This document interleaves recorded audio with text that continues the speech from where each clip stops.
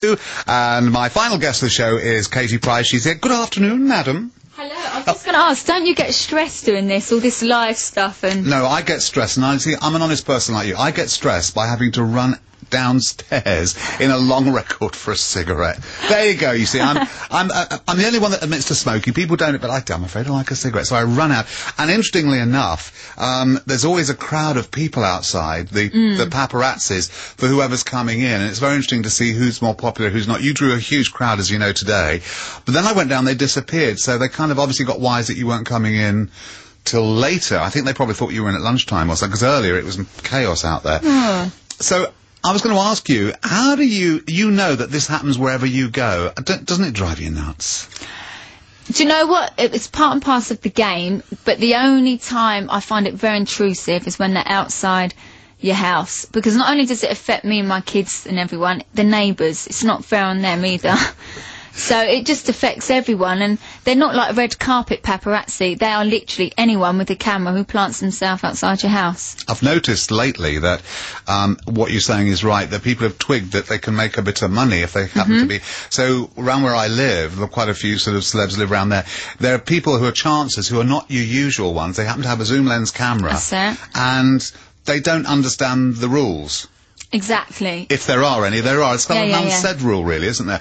But anyway, so here you are today to talk about Paradise. And again, I was thinking about honest, because you don't actually physically write it yourself, do you? No, I would imagine if I did. That's my 35th book. It's like not even doing one a year. I'm only 32, so no, Rebecca does it with me. So what do you do? Do you read it? I mean, do you dictate it or something? Well, I say to her, like, the plot, how I want it, then each chapter we go through it together, and I'm like, no, can we add that? And she'll be like adding that, but she does all the bits around it. But it's quite similar to my life, but it's not, if that makes sense. Well, it is. People think it will be, won't they? Well, they read it and think, oh my God, I wonder if that's true, I wonder if that isn't, because there was a lot of similarities. I met you don't realise this, you probably do remember, I'm talking 12 years ago or something. And you've done the supermarket show. Yeah, and I met you in a club in London, and you were, let's just say, you were having a night out. Drunk. You were, and I didn't want, and there was all these people around you, and I thought, oh, I'm not going near that, it's too, I'm keeping out of that one. And then this woman came up who was with you in this tweed coat. I don't know who she was, and she had a right go at me because she said, go over and say hello. When two stars meet, they should talk. And I went, really? No, I swear to you. And I went, I don't know the woman, I've never met her. Anyway, so you were having it was in the old... I was going to say, because I don't go to do's and that. No, I mean, I'm talking about a long time ago. It was a place called Red Cube, I think it was called. Oh my God, I remember them days. Red Cube, what was it, Sugary? All those. Oh my God. And you were the worst for wear that night, and I remember thinking, you know, I don't really want to get... And there was all the people round you, and I thought, I don't want to get involved in all that. So, but you were honest even then about... your life. You went, I'm going to have a good time, I'm going to go out and I'm going to do it. You don't seem to be a woman with regrets. Do you have any about... I can't have regrets about years ago, because I was doing no different to anybody else my age, going out, getting drunk, making a fool of yourself. The thing is, no one else gets pictured. Mine does, then it gets published, they use the worst pictures, and then the next day it's like, oh my God, what do I look like? What a state. But at the time... that's what I was doing, you know. But obviously now, it's 13 years on, I'm a completely different person. Obviously, because I've learned to grow up, I've got kids, I've got responsibilities. Well, I think everybody would agree, a businesswoman, because financially you've turned it to your favour in every possible way imaginable. But the question I want to ask you is, when you went back in the jungle this time, the second time, we all went, oh no, what's she doing? She shouldn't be doing... Why? Why did you do that? It's not that I wanted closure. I really enjoyed it the first time round, and, you know, I was getting a lot of stick, and I thought, that's one place I can go. I know it's televised, but I'm used to cameras, but that's one place I can go where I don't have to read newspapers, I don't have to hear what's going on. It's peaceful, and like I say to anyone, if they ever get the chance to do that show, do it. You know, just the way you sleep, that you just hear nature, I can't explain. It's just very, I don't know, cleansing. I can't really explain. Well, I know what you mean. It's cathartic, I think is the word you're probably looking for. Yeah, I don't know that word, but yeah, I know. Cathartic. Cathartic. You can use that. Yes. But I think because of it, I mean, I would say it would be fair to say that everybody's career goes up and down. Oh, I know that. Well, absolutely. And it would be fair that you have been going through a period of... the audience fell out of love with you a little bit. And the press... went with it. Oh God, they still are. And how they go with it. Yeah. So we all thought, people in our end of the business thought, well, she's obviously doing it because she wants to see if she can get the favour back and the love back. That was how a lot of us looked upon it, which was probably why we thought it wasn't a great idea. But you seem to be ironclad. It's like you are aware that the audience don't love you at the moment for whatever reason that they used to, but you don't seem bothered by it. Do you know, I think it's weird. I've sort of, is the word desensitised myself from it. It's like, they've said so many bad things. It's like, what else can they possibly say? It's like, I'm used to it now. Does that make sense? It's like, one day could be worse than the other, but I treat it all, okay, it's all the same. It's not nothing that's more worse than the other. So I think with that I'm quite hard. Because it's a game. I just have to say to myself, this is a game, what I mean. It's not a normal life. It's not what normal people... It's a game. They bring you up, they bring you down, up, down, up, down.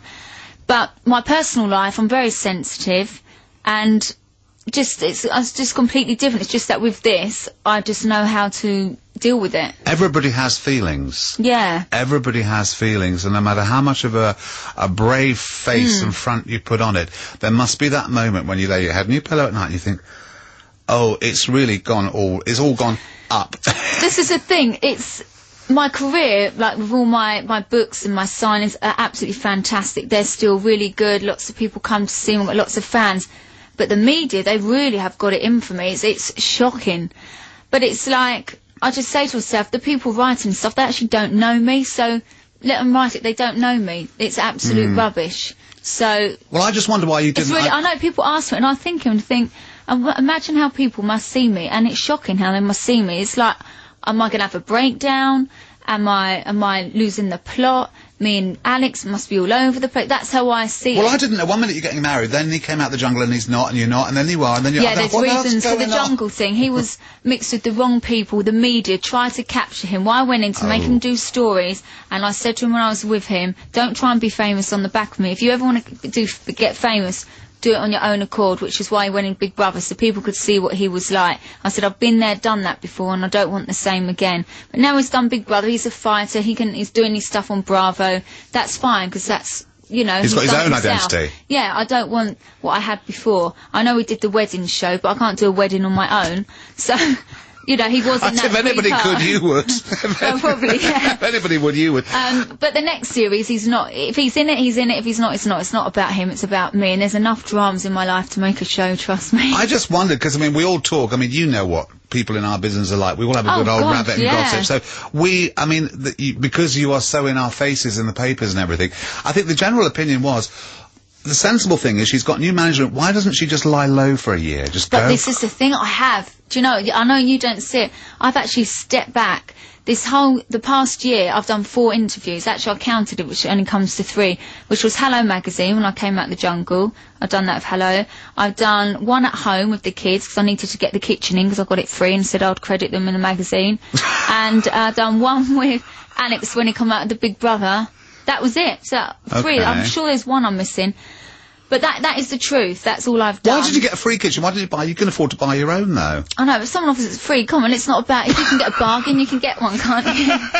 And so that's what I did. But to people, it looks like I'm doing interviews. I'm in the mags every week. When I've stepped back, I think it's backfired on me a bit, because they've been given the lease to write anything. Because they haven't had access to me, they're making it up.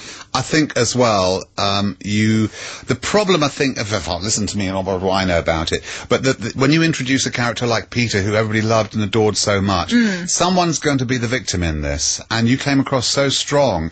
I think that Peter got the factor as well, and he's a nice guy, you know he's a nice guy. Oh, he is, but the management stayed with him. I had no manager when he walked away. It's because we had the same management, so no one helped me to find another management. So for quite a few months, it was like, wait, and then the Ibiza trip came. I had no one to control my press or anything, because there wasn't anyone. So it sort of went downhill from there, really, whereas Pete's manager, you know, they controlled it straight away, basically. So it sort of started from there. But yeah, Pete's a lovely guy, but the year that's gone past is not the Pete I I mean, know.